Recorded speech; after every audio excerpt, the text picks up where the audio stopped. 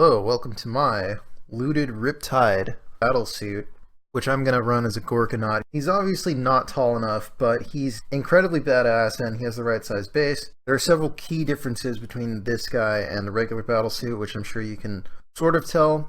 It would be better if you have actually built a Riptide before, so I'm here to sort of help people be able to appreciate my work here. The first thing that we notice when we see this guy is obviously the massive face and massive horns. The horns came from the Battle Wagon set. They are the tusks that you can put at the front of the ram. And the face is obviously a Def Dread face from the Def Dread set, or from the Boys Box Starter set. Wherever you can get a Def Dread, you can get this face. So what I did was I actually combined the back of it. So the mouth is the eye panel for a Killican, and the jaw on that guy is actually a huge gob from the knob set. So there's a couple of sets needed to make this face. I think the Boy Starter set handles some of it at least. Yeah, you gotta get a lot of a lot of bits to make this guy. Now I'm sure you can use whatever face you want, but this face probably the proudest thing that I've made, and I haven't made too many things.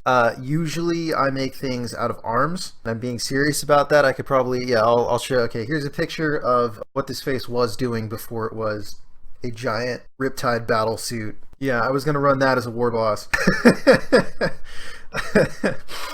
Praise Zinch. So the next thing you'll notice on this guy, well, okay, you'll either notice the claw or the gun, but if you're paying attention to the face, and if you have built a Tau Riptide before, you'll actually notice that the entire body is flipped around, which is very important. So on the back side of the body, there's a very sharp slant down. That's the chest of the Tau Riptide, and the head goes on top. So I replaced the head with a boss pole, which, funny enough, looks like a smaller version of the actual face of my looted Tau Riptide Battlesuit. AKA my Gorkanaut, AKA Mecha Dread, whatever you want to run it as, I probably can. I flipped that around, and luckily for me, on the back of the Tau Riptide, there is a nice, almost vertical, flat panel that was perfect to glue the head onto, to give it that nice, orky, hunched back, sort of hunched over, stalkery. I don't know what this is. It's obviously a Minotaur, right?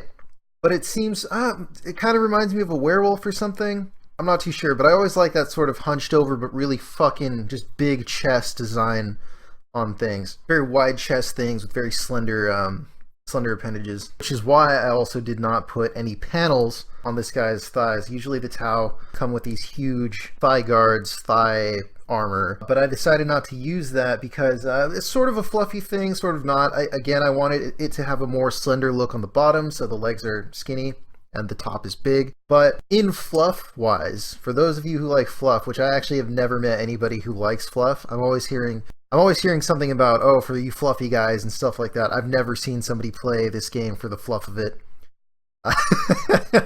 But if they did, though, in fluff, the reason why this guy doesn't have any thigh panels is because the orcs obviously looted that, and they're going to use that on different projects.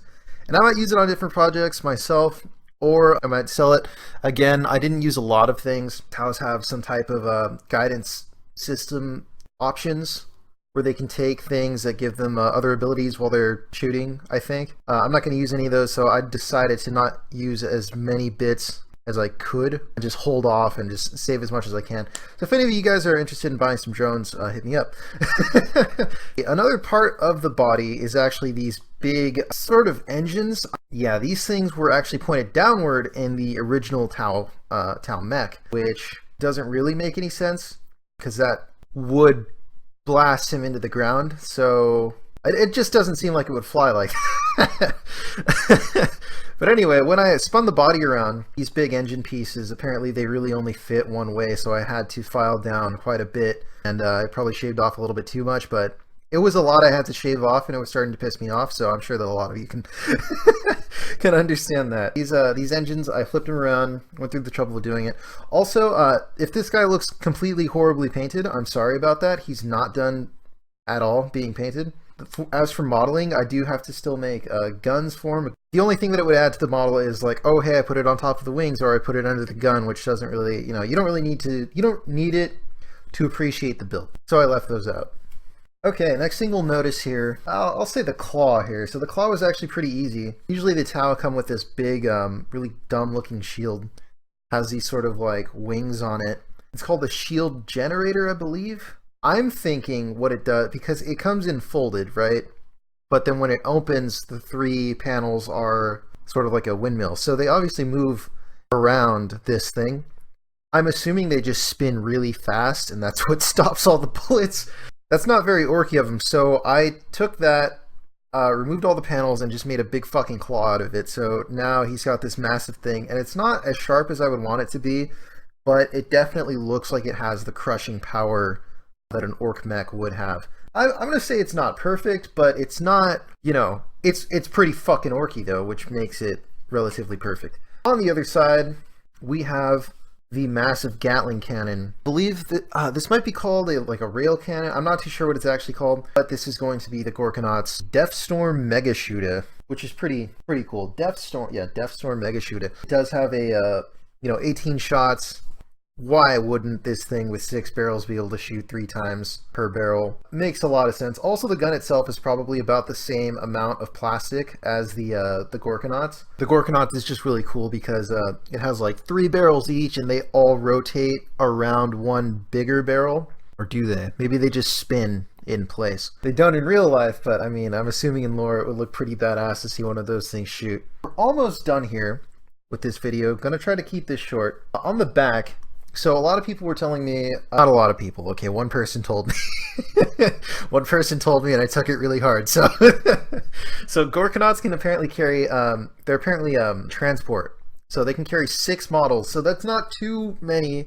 A tiny cage on the back connected to the wings would pretty much make up for that. So I'm thinking, you know, these guys are orcs. Sure, they like to fly sometimes, but they would trade being able to fly at least well. Or this thing could probably still jump really high, you know, maybe. It could probably just blast off with the wings a little bit. But yeah, so models will just sit in the cage. It can fit about 2 orcs in there, with 2 based orcs in there. Without bases, it can maybe fit like 4, which is pretty good. The back of the cage is made out of, obviously, the truck sprue. So those are the bars in the truck sprue, and they always got in the way anyway. I'm thinking, why not put them to better use? The bottom panel is actually, oh, so this is another thing. These, you can see 2 panels on the floor in there, and the rest of the floor is just sprue skeleton, which you can obviously see there. But those 2 panels were actually the fin on top of the back of the Tau Riptide. So I ripped that thing off. Orcs would obviously probably loot that piece as well. Again, they're not too concerned with the thing flying. So yeah, so the fin for aerodynamics, pretty unnecessary in the eyes of a true orc mech. And that's pretty much it. So again, the paint scheme is horrible. So you can tell from the face, I had red at one point and I actually don't have that red anymore. This guy is going to be, I need to add more red to this model. There's going to be a lot, like it's probably going to be a secondary color realistically. So everything is based black, and then I coated it with Ushabti bone. And you see his foot down there with that horrible splatter. That's actually because I ruined my Ushabti bone. It completely dried up, and I just poured a bunch of water in there. I poured so much water in there to try to maybe revive it. It worked a little bit. Like, I did paint this guy with that watered down Ushabti bone, but now I have to go like layer, which I normally don't do. I normally don't layer my models, which is why all of my army looks like garbage. Yeah, this kind of forced me to do it, and it looks okay, I guess. It's really messy though. Definitely, it's not a good thing that it happened, but yeah, I can see now that I guess layering works. I have maybe 2 clumps on the entire model, two parts that clumped up on this super watery Ushabti bone. But other than that, everything else went down pretty nice. I might do an update video on this, try to get more views onto this video with the secondary update video showing this guy when he's fully painted in like a month or 2 or something, when I can get my hands on the right paint and have my buddy maybe base it. I got a friend who's like so good at basing models. Might make him do it for me. Yeah, hopefully it looks super badass. Anyways, guys, hope you liked the video. Remember to like and subscribe and all that BS, whatever it does. If you'd like to see the rest of my models, maybe some more arm boys, I definitely have that. And if you'd like to see a video of that, I would definitely make that. And I'll see you guys in the next video. Thanks for watching.